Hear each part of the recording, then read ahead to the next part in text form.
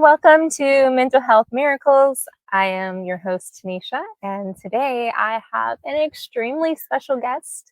This is my amazing husband, Glenn. Welcome, Glenn. Thank you so much for being here with me. Great day. Here I am. Here we are. We're actually doing take 2 on this. We did a whole entire recording like a few minutes ago, and I forgot to turn our mics on. So it was 2 hours long. It was not 2 hours. It was 30 minutes. Felt but like it. Nothing. I was like, well, that was our test run. So this is going to be, he knows what to expect now. I was wanting that raw, I'll still be raw on the spot, but we'll see what happens now. So what we're going to do is we're going to talk about some changes in life, some things that we've been through, how we came together, and the transformations that we've gone through travel, things, the reasons why we started traveling and, what the transformations in our relationship during travel. So I'll get started. We known each other since 2011. I used to work for and with his late wife, Brandie. She was a salon owner and we did hair together. And she was a massage therapist. I did hair. And we also had done beauty control together for a few years. She was my friend. He was not. There was a circumstance that happened where I couldn't stand him. This is a whole nother story, but we laugh about it today because I'm like, oh, we only knew. Thank goodness we didn't know. We didn't really know much about each other back then, nor did we even care to get to know each other back then. Like I said, I was her friend, not his. So that's how that was. Said circumstance is just me trying to be a good guy, actually. But if y'all want to hear more about that part, then just let us know. So there was just some, just challenges that we had gone through during those times. And so in 2014, I had ended up leaving the salon and going off and taking care of my grandmother. And I don't know exact dates. This is just going off, on the top of my head. Around that time is when Brandie decided she wanted to go to school to do hair. And she convinced Glenn to go to school with her to go do hair. And the last 2 weeks, was it the last 2 weeks? Actually, in the last 2 hours, talking about when she fell ill. Yes. It was the last 2 hours of the complete term of her cosmetology schooling. So the last 2 hours, Brandie had gotten sick, unfortunately, and she ended up going to the hospital. And you want to talk about what they found? Yeah, so it was actually December of 2013. I had felt something in her stomach area, and I said, you should go get that checked out. She just let it go. And so then come 2014, at the end of her school term at cosmetology, she literally fell ill. She was sweating, couldn't breathe that well. She was trying to just sit in the truck out there in the parking lot, finishing out a couple hours until the end of my day was there too, because I was a junior essentially. She's a senior. So I started one semester after her. But the teacher ended up just letting me go and taking her direct to the hospital. And one of our friends was the doctor there that day at Waterman, and he found the bad news. And it was stomach cancer that had already metastasized, and it had gone even into the spinal fluid at that point. And it was pretty wild. But yeah, so Brandie opened the salon. Her and I did. The massage business in Tavares in 2009, right when we moved to Florida from Tennessee, and then decided she wanted to add the salon portion to it. And that's when she started looking for employees, and that's when Tanisha had come around and walked through the door, and they became really great friends. And along the way, after Brandie had gotten sick, we ended up needing to sell it. So Tanisha just went off doing her own thing, as well as taking care of her grandmother too. So she had a responsibility to take care of, and it was a really tough time for Tanisha and her. Tanisha has a what one would call empath. So it was taking a toll on Tanisha to be in the midst of us dealing with that situation that was taking a toll on Brandie's life and all of our family. But at any rate, Brandie got better. We bought the salon back, and then some things changed at the hospital. Some decisions were made, and she ended up getting sick again, even worse, and we had to resell at that point. So Brandie felt better about that because it was kind of on her own decision at that point, she said, and it's really been it was a whirlwind of things. So I'm just trying to recollect what I can. There's more, but we can fill in the pieces as we go along in later days in another podcast, perhaps. Absolutely. Thank you for sharing that. Yeah. So we still talk about her a lot. She's lot. still in our hearts. We still talk about her with our children to keep her memory alive. And, we don't typically talk about the tragedy of losing her. We mostly talk about, her funny celebration of her life. Her beautiful smile, her funny personality. She always had a way of making people laugh. She had so many children, she would just say, "Hey, you with the face," instead of trying to remember their name. She just was a ball of fun, and everybody loved Brandie. Everybody loved her. We still miss her tremendously today. Her spirit lives on for sure around us. Absolutely. So unfortunately, though, we lost her. Well, Glenn lost her. Glenn and the children lost her in 2016. And so I actually lost contact with them for over a year. And even after she passed away, again, he wasn't my friend. She was my friend. And so I didn't have a reason to talk to him other than how are the kids doing. So we really didn't speak at all. In fact, we didn't speak at all until February in 2017. I had moved my daughter into the private school, and their daughter was in that school still, and I'd forgotten that she had gone to that school until 2 weeks later when we crossed paths picking up our children from school. At that time, I was going through a divorce. I had been through 8 years of a traumatic challenge of my ex was alcoholic, addicted to Adderall. I went through a lot of toxic situations in that marriage. Actually, years prior to that, he had asked me why I was still in that relationship, but I thought I could fix it. But that's a whole nother podcast. We could talk about that some other day. So, then that February we talked, and I asked him, like, how are you? How are the kids since Brandie passed? And, what's going on? And he's like, well, we're going through a storm right now. We're going through some stuff, and we're not going to talk about what he was going through at the time, but he was going through some things. And I'm like, oh, I'll pray for you. And a couple weeks later, I had invited him to come to a Bible study at the church I was going to at the time. I'm going to let him tell you the story because I'll just laugh through it. So I did not realize that the Bible study that I was in was just for women. I thought just anybody could come. Didn't dawn on me that there were no men there. So what happened when you showed up? So I go walking through the door, and all the women look at me and it's like, whoa, they were really surprised.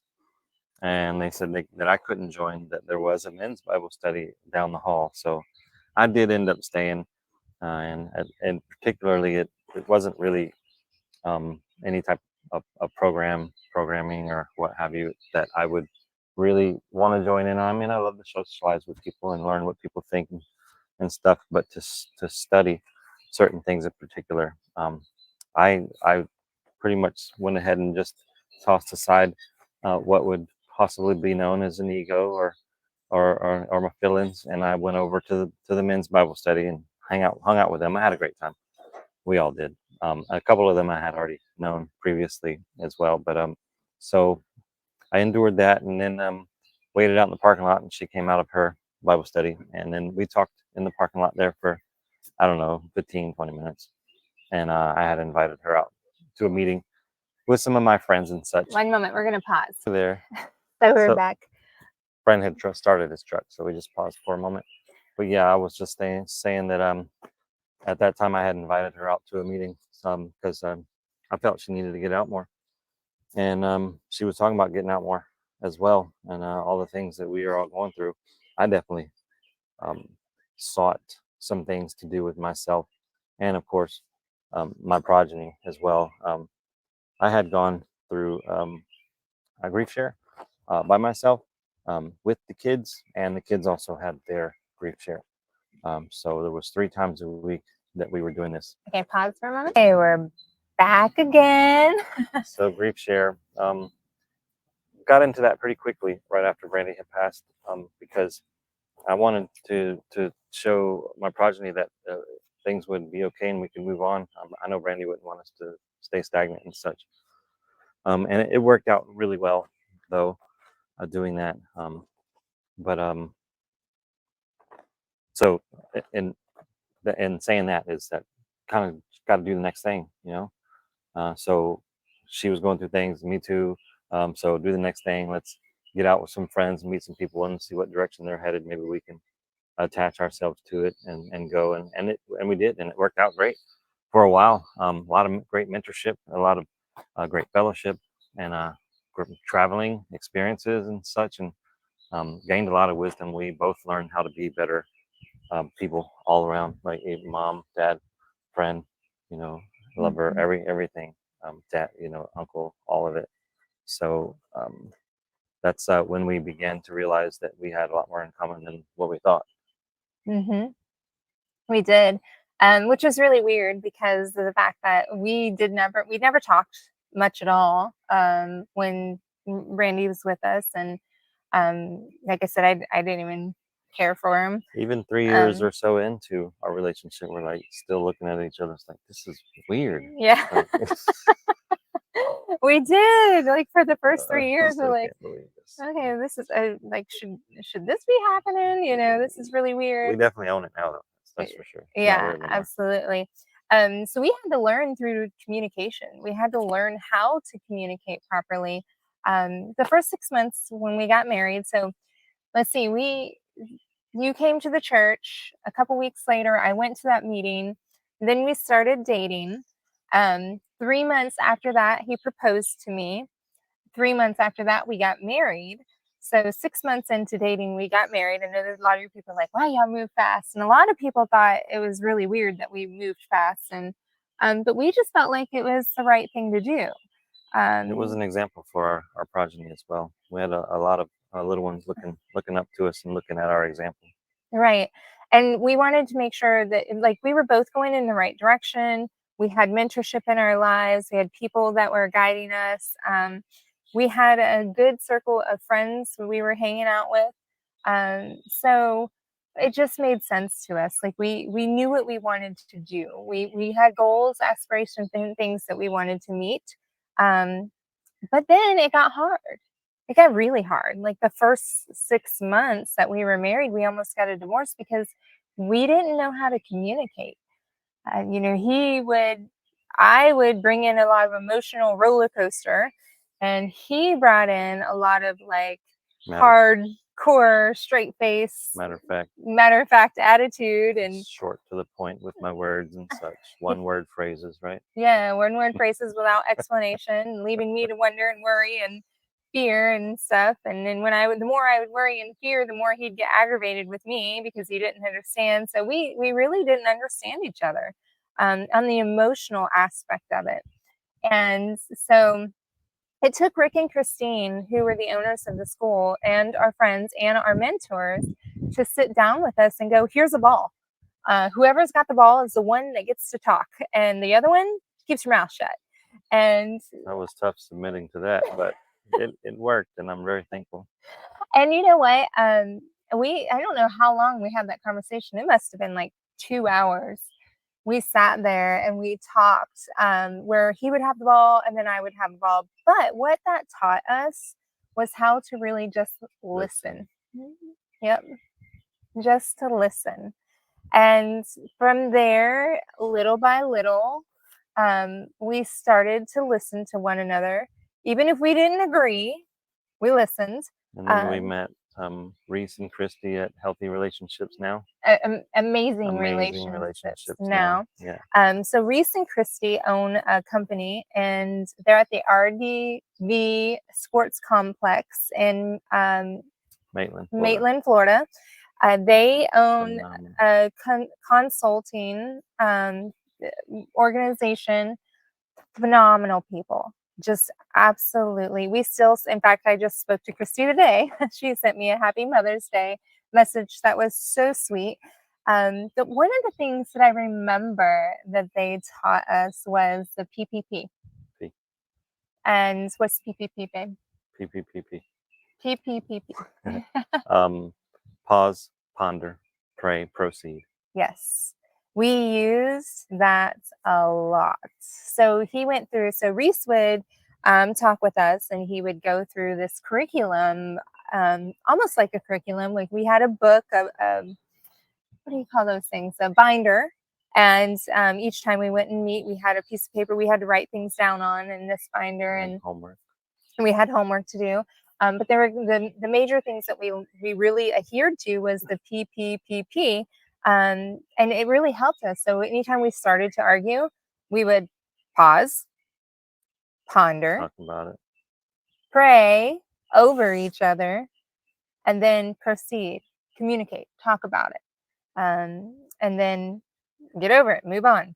And so it really helped us a lot. Now, there was also a AAA acronyms, but I'm not going to tell you what those are. If you want to know what those are, go see Christy and Reese. They'll tell you what that means. But Love and Respect book. Yeah, so we did have the Love and Respect book. We read that together, and we learned how to see each other in different light. What are those lights, babe? Blue and pink, but also bright and beautiful. But I've never heard you say that one before. That's awesome. She has pink glasses, if you will, and pink hearing aids, right? So I began to filter my thoughts and words through that. And she began to do the same. I was searching for the respect from her, and she was searching for love from me. A man knows that his woman loves him, and a woman needs the love. He needs the respect. So that's what we learned primarily through going through that little course in that book. It's paramount, and it changed. It solidified a lot of things that we needed. Yeah. So what we didn't know is those things that we learned through the consulting and the mentorship was preparing us for the tragic situation that we went through in 2021. We ended up losing our home. That's a whole another story. And we lost our home and pretty much everything we owned. And it separated our family. And it wasn't even our doing. It was just, and I'm not even going to get into that, but it was a very sad event in our life and wasn't expected at all. We were trying to do something kind, and it just backfired on us, I guess, in a way. But it led us on a trail of traveling. We ended up getting in our RV, and we started traveling. We went to South Carolina, Tennessee, Alabama, Louisiana, Texas, New Mexico, Colorado. Arizona. We went to Arizona. We went to Wisconsin. We did quite a bit of traveling, and it was fun. There were some challenges along the way.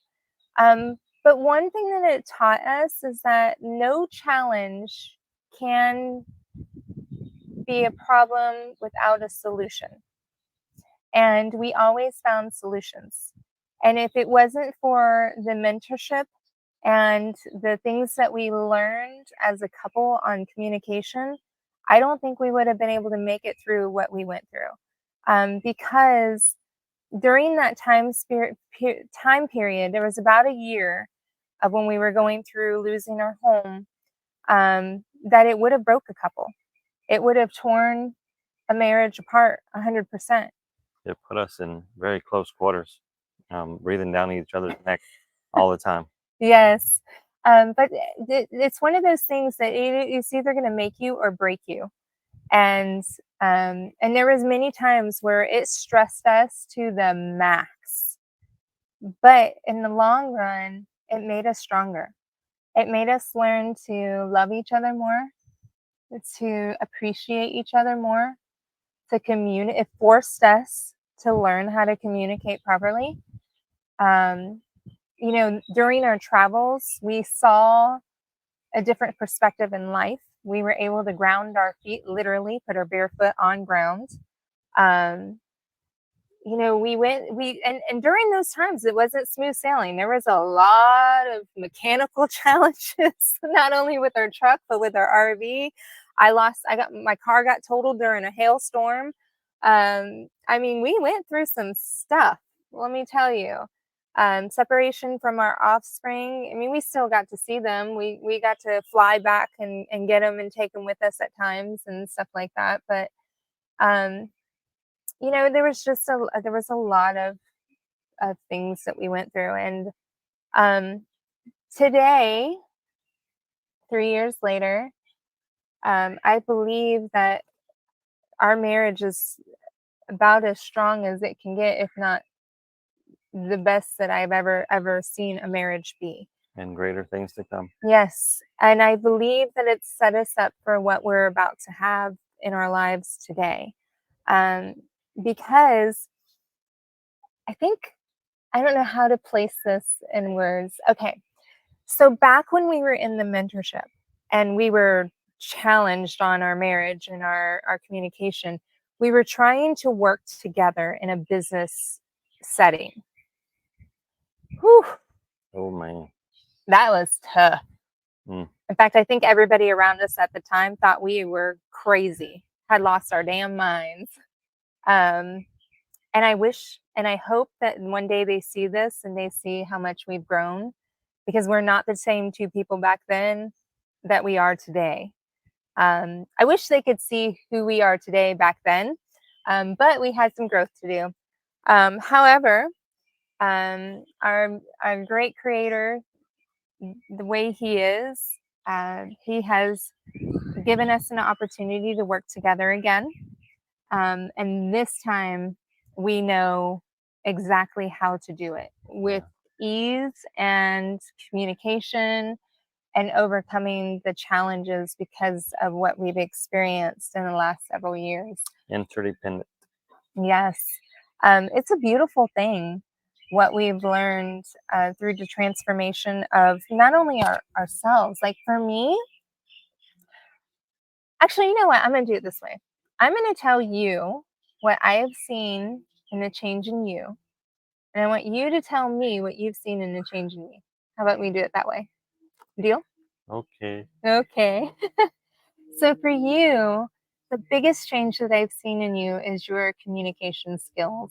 And what I mean by that is, before you used to be very blunt, straight to the point. You didn't give a damn if it hurt my feelings or not.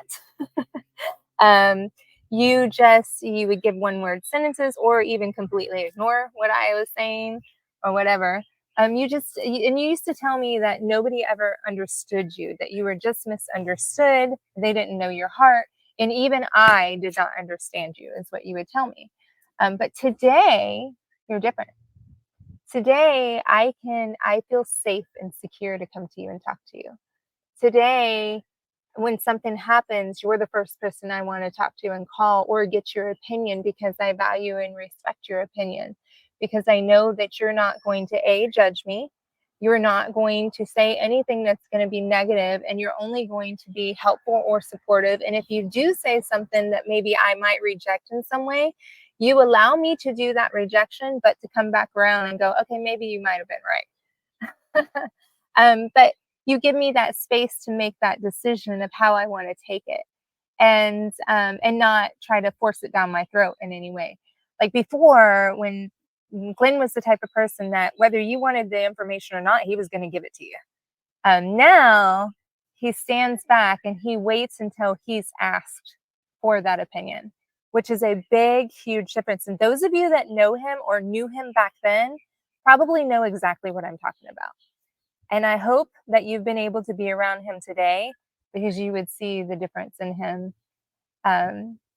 Today, the people that are around him, they come to him because he's now more approachable, and they value his opinion and they want to hear what he has to say, and they're excited to make him a friend. And that's a beautiful thing, seeing that change in you. You're very kind. So with you, the changes, the largest one is easing up on the worry, letting some things take place, and realizing that there's either an experience that's needed there, whether for yourself or for another. Mm-hmm. Learning to have a little patience and think through it versus responding in a way to where one may not have all the facts or reasoning why a thing has taken place. So you're more steady, you're stronger, you proceed with searching out for clarity first rather than um, operating in a haste, and that's a really big deal. It's it's a great choice that we can all make, um, just so that also that we know even when the next encounter comes how to work through it each time versus always things potentially being volatile or perceived as an emergency or such. So yeah, great work, both of us. Thank you. Mm-hmm. I love you. I love you too. So I'm going to give you guys some 3 things that can help you if you're in a relationship. And this can work whether you're in a marriage or just dating somebody, or even if it's just a relationship with your mom or your sister or friend or whoever, boss. So there's 3 things to really look forward to. The first one is learn how to communicate. And what I mean by that is learn how to listen, learn how to allow the person to express themselves, Right. and not and not react to how they express themselves. Learn how to laugh with one another and at one another, but with one another. Learn how to be able to speak your words in a manner of loving and careness. What would you like to share on communication? I can talk about number 2 if you let me know what it is. Okay, number 2 would be learn how to have patience with yourself and allowing yourself to grow. And so I had to learn how to fix myself before I could be anything for him. And likewise for you, right? Yeah, and with said patience, for me, I've had to learn how to allow time to take place, even if it's going to sleep and waking back up in a different mindset, or changing the thought that's in my mind, because I realized that I can only hold one thought at a time in my mind, and make a decision on that. So yeah, but patience for sure. Patience for sure. And reading books. For us, we both took some time to read books that would be beneficial to help us through whatever challenges we are. For me, it was Free of Me, which is a book that I read by Sharon Miller. And that to me was a turning point when I read that book. It helped me get off the emotional roller coaster. And you remember when I read that, and the impact that it took on me. And I read multiple other books, but that is the biggest one that was a major change in me. And I'm the biggest believer, and this is one thing that we learned in mentorship, is reading books or even listening to audiobooks or YouTube, YouTube channels. Like you listen to Brian Scott that has positive mindset. And so these are some of the things that we've done to grow ourselves. What are some of the books that you remember reading that helped you? Well, Go Giver is one of my favorite books, and also The Choice by Ogmandino. I'm actually reading that one now. Tremendous books, but there's many. There's many. Yeah, there are so many books, and we still have a lot of them. And I listen to audiobooks during, when I travel back and forth, because to me, it's what I needed in order to change and grow within myself. And I think the third one would be to love unconditionally. And I mean, even if he has a challenge or something that I don't like, I'm still going to love him, and I'm going to react to him in love. And he does the same for me. And he loves me so much that he knows when I need his assistance, like he'll make me breakfast or lunch, or help me around the house, or do things for me unexpectedly when I can't get to it because I'm working. We balance each other. Like if I can't do something, he does it. If he can't do something, I do it.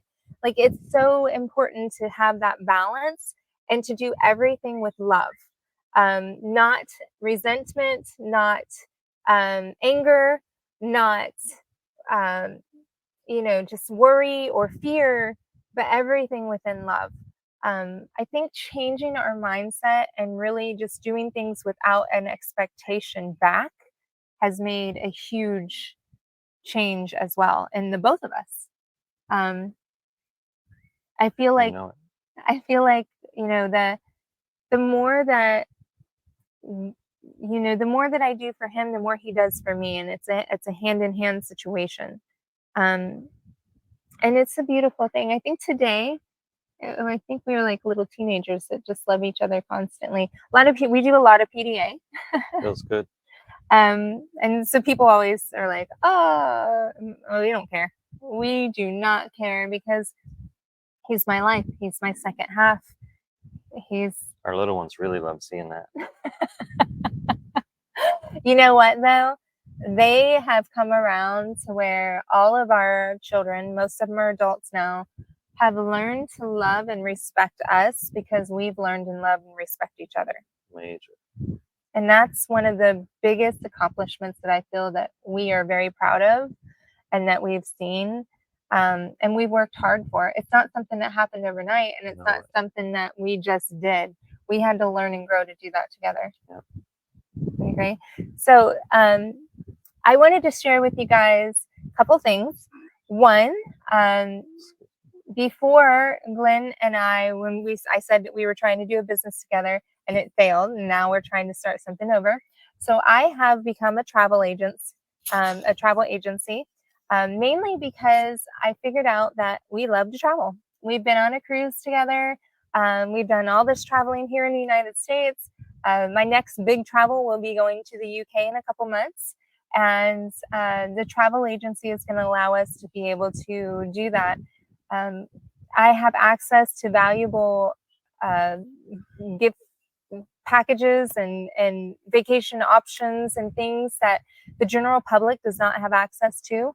So if you guys are wanting to take a trip, reach out to me. I'll help you with your travel arrangements, because it's much better for you to give somebody that you care about and that you know and that you developed a relationship the opportunity for, as a small business, to give them the business, opposed to giving it to some large company who they're going to get the commission instead of those that are a small business owner. We're a small business owner, and I feel like I'm going to go on those trips with you guys.